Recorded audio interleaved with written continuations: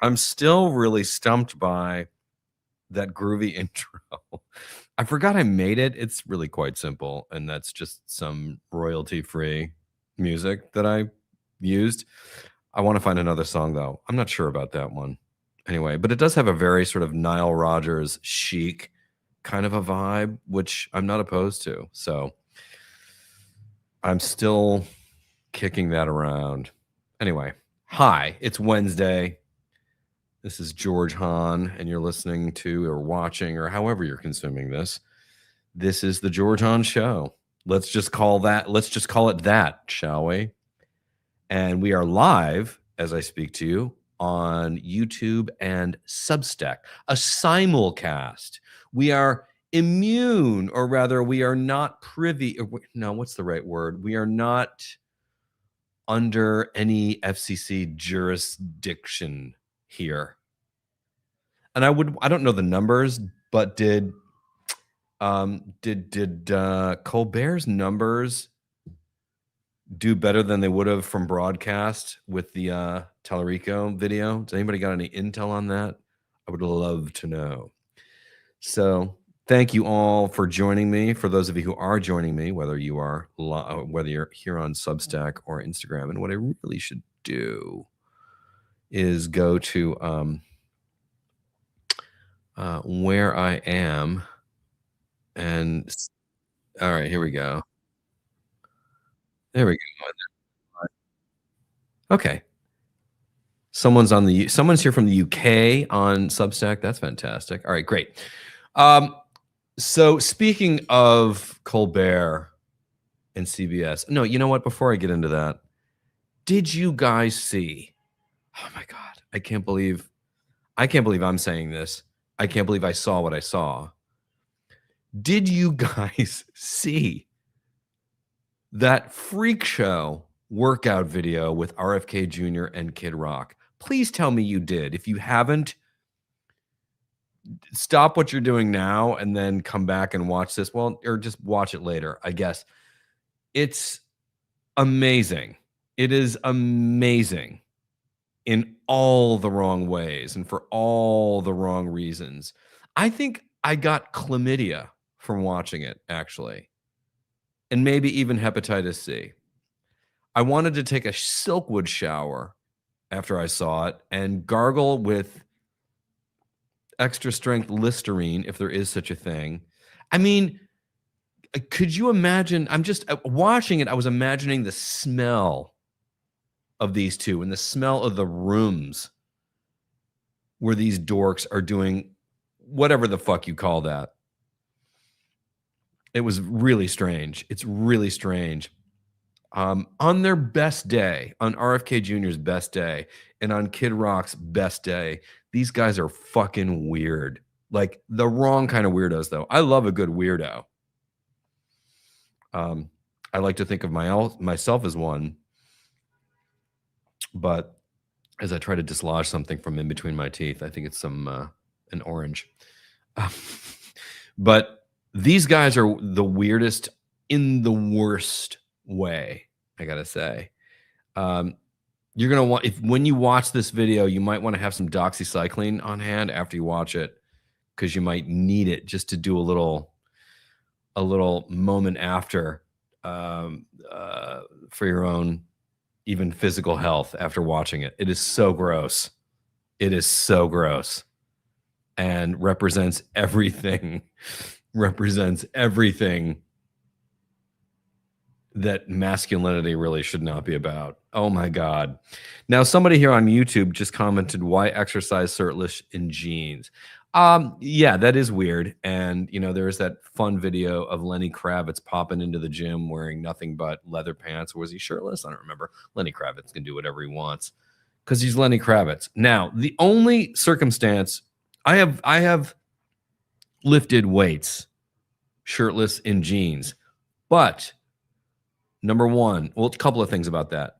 There were no cameras around, and I was alone in my apartment, meaning I was just in between doing things, and I was wearing a t-shirt and jeans, I'm guessing, and I was just wanted to do some quick crunches and curls with the dumbbells and what have you, but it didn't really warrant switching an entire outfit because I was about to jump in the shower. So I had a very limited time window, and I've got dumbbells here in the apartment, and I had jeans on. So I have done it, but I would never, never, never do that in front of a camera the way these tacky fucking weirdos did. That's, again, I love a weirdo, just not this brand of weirdo. Creepy. It was just really, it was creepy. Yeah. So go check it out. Go check it out. It's strange because I'm not one. The only time when I work out, I wear athletic wear. And that's the only time, in my humble opinion, where athletic wear is actually appropriate. You will never see me wearing sneakers to get lunch, even. No. But because I think every kind of mode of dress has its place, and athletic wear is for doing athletic things, and except for RFK Jr. Anyway, it's really extra creepy. Who's up here on? I just want to check in with the Substack people. Yeah, someone said they thought that video was AI. It does look like AI. It's so out of the park freak show that it does feel like AI. Sarah K here says, not to name drop, but I've had professional encounters with some of RFK's siblings. They are a little eccentric, but well-intentioned. This is beyond. Yeah, I mean, money on that level, when you live in that kind of a snow globe, I think there's a little weirdness is going to happen. Credit where it's due, though. I mean, RFK Jr., he is 70, I think. He's got a remarkable physique for a 70-year-old. But I'm just imagining what that guy smells like. And just like, again, give me doxycycline. Cheryl Hines thinks she just hit the Powerball with that. I got myself a Kennedy. Girl, you got the bottom of the barrel, Kennedy. You got the weirdest fucking one. Like the fucking weirdest one. Jesus. And tanked your career while you're at it. And that's an idea that's always amused me. These people who say, well, Hollywood doesn't like the right. No, this goes back to high school. When you behave inappropriately or weirdly, people aren't going to want to hang out with you or give you jobs. Like, that's just not, it's not like, there's a norm. There's a certain cool, sort of cool level in Hollywood. The studios, people, like companies, they can do whatever the hell they want. And if they don't want to hire you because they've perceived you as exhibiting some sort of very toxic weirdness, guess what? Some rules of high school never change. Bummer. Learn to live with it. Stephen Colbert, I love that guy so much. And I did see the clip that he posted on social.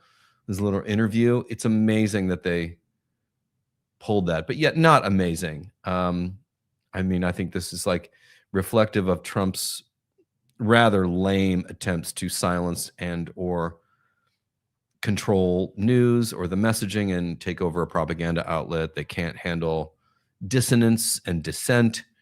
I mean, yeah, let's destroy the Washington Post. Let's destroy CBS.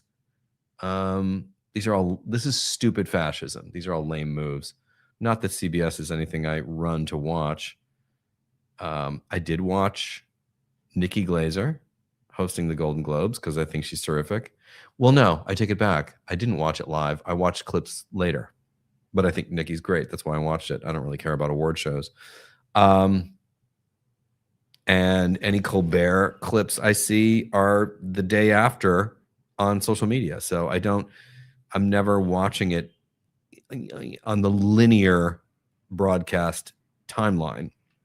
Anyway, I've said this before and it sounds like a joke, and I don't mean it as a joke, but it's kind of a joke that until Barry Weiss became the story and we had to sort of like hear about her because that hiring her to head CBS News was such an ill-conceived choice. Anyway, I did not know, and I am not kidding, I did not know that 60 Minutes was still on the air. Now I know, because I don't watch it. Like, I don't know. I know they've got their legacy programs. I know 60 Minutes was a big deal. I know CBS Evening News was once, no longer, was once a standard in broadcast news.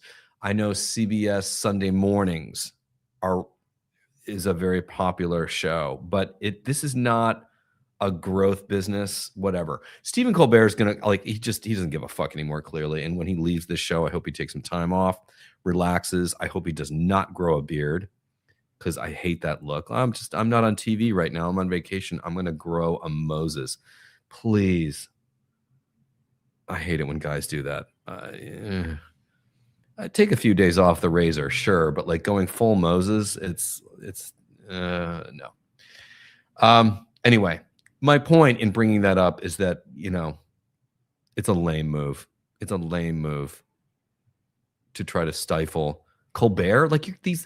They're not going to win. They lost the culture war. No one on their side is as cool or interesting or funny or sexy as Colbert. I'm going to get more into that in a second.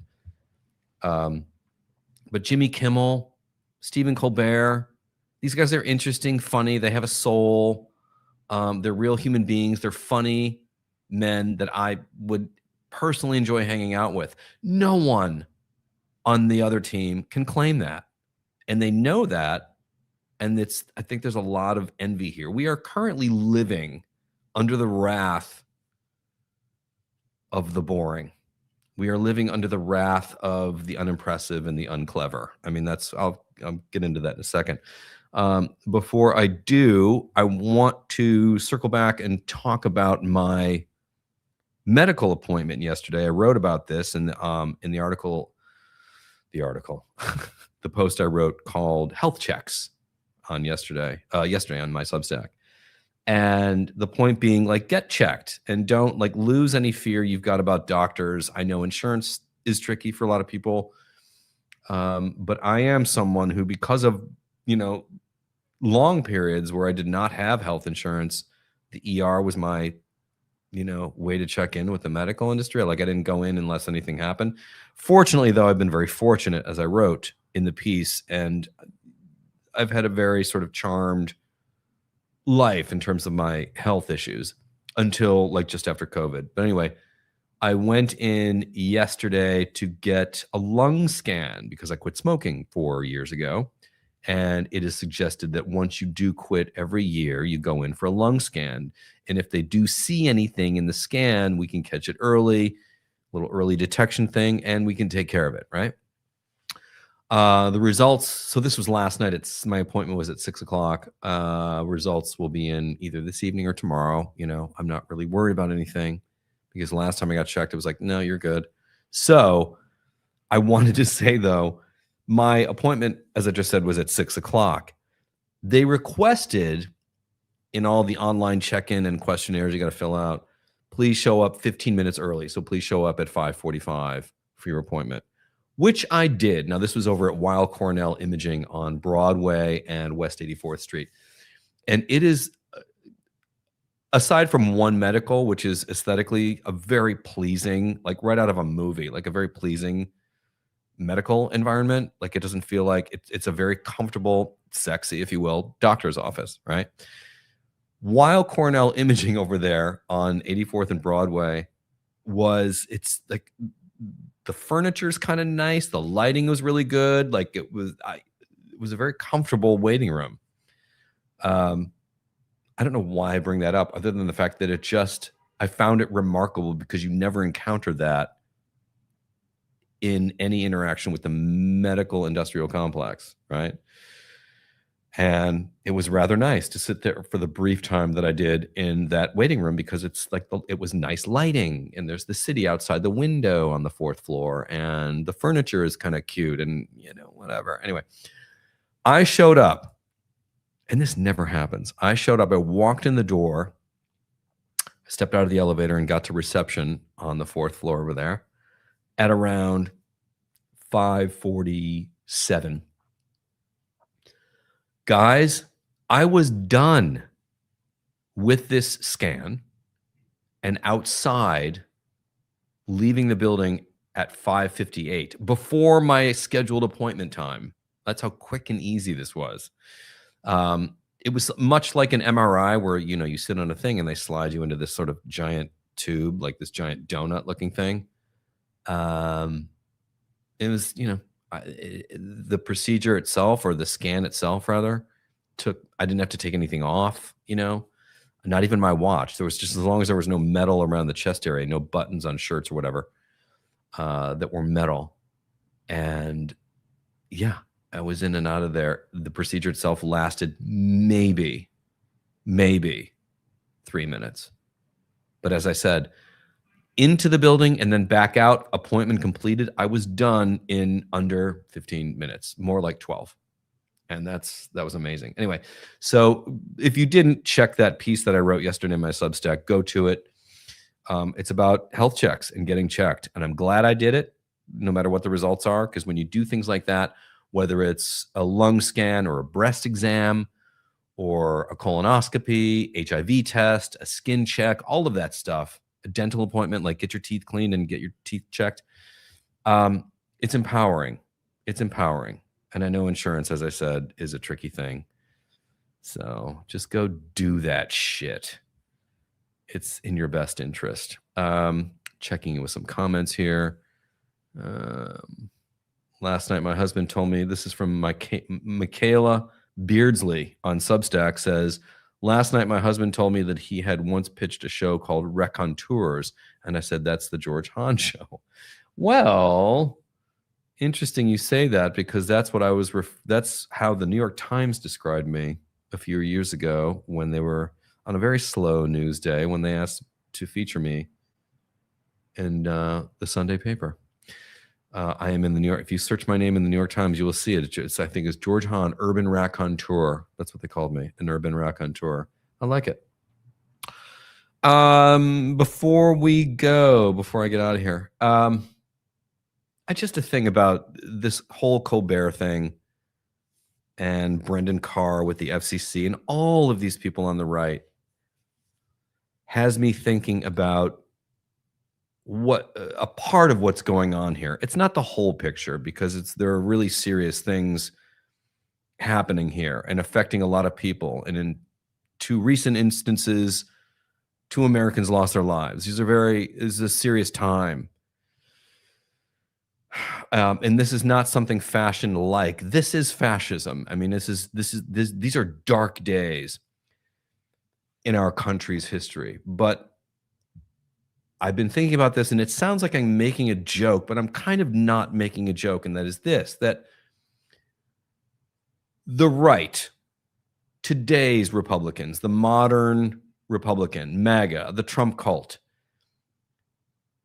these people aren't clever.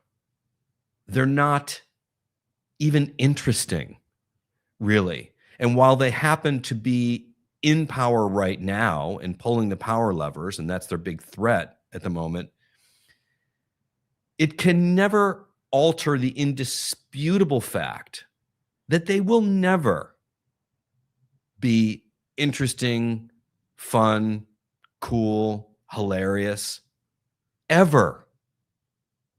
These people can't tell a joke. They have no style. They don't know how to tell a story. They can't dance. They're lousy in bed. They're boring as hell, and they know it.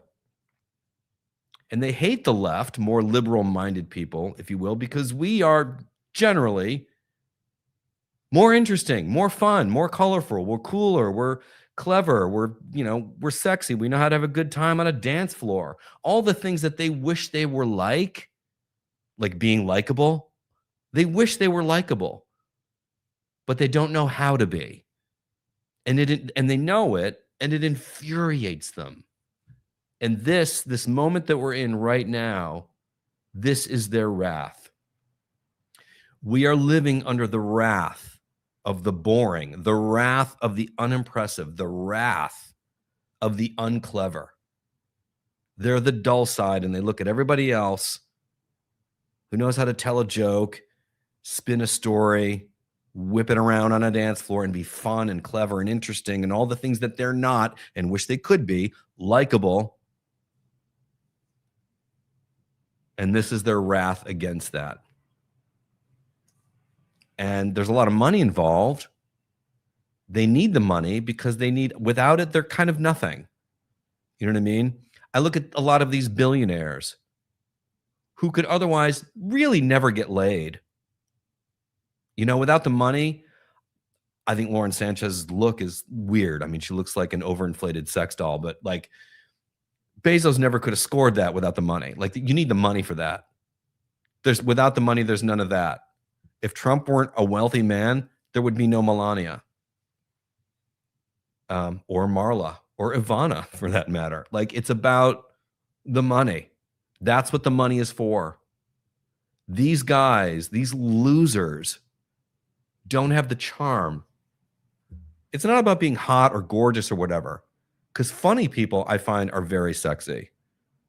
To me, it's one of the things that Stephen Colbert really possesses, that David Letterman, Jimmy Kimmel, look at them, funny people are sexy. Like, funny is sexy. These guys with these billionaires clinging to Trump because this regime is enriching them and Trump is enabling it. That's what the money is for. And they are the dullest people in the world. Dull. So that's where we are. We are living under the wrath of the boring, the dull, the underwhelming, the unhilarious. Boring. Anyway, we will get through this. But in the meantime, we have to keep each other entertained, don't we? Anyway, that's it. I'm out of here. Thanks for tuning in to this half-assed episode of the George Hahn Show. I want to thank everybody who is a subscriber on Substack, especially the paying subscribers. I really appreciate it. I'm reminded of that time of that movie, The Incredibles. And do you remember the villain in it, Syndrome, Buddy, was so mad because he wasn't exceptional. He wasn't super. And so he got a lot of money and bought super because he wasn't innately super. And I remember his line was something like, if everyone's super, then no one will be super. Like, Elon Musk is like Syndrome. Well, maybe I'm simplifying it. I got to rethink that. Anyway, back to my thanks. Big thanks to the subscribers. Massive thanks to the paid subscribers on Instagram. And if you're joining me on YouTube, thanks. Hit like, share it, all that stuff. And this is also going out as a podcast on the audio feeds to Apple Podcasts and Spotify. So that's it for today, guys. I will talk to you tomorrow. Thank you for joining me, and thank you for your support. I can't do it without you. All right. Bye for now.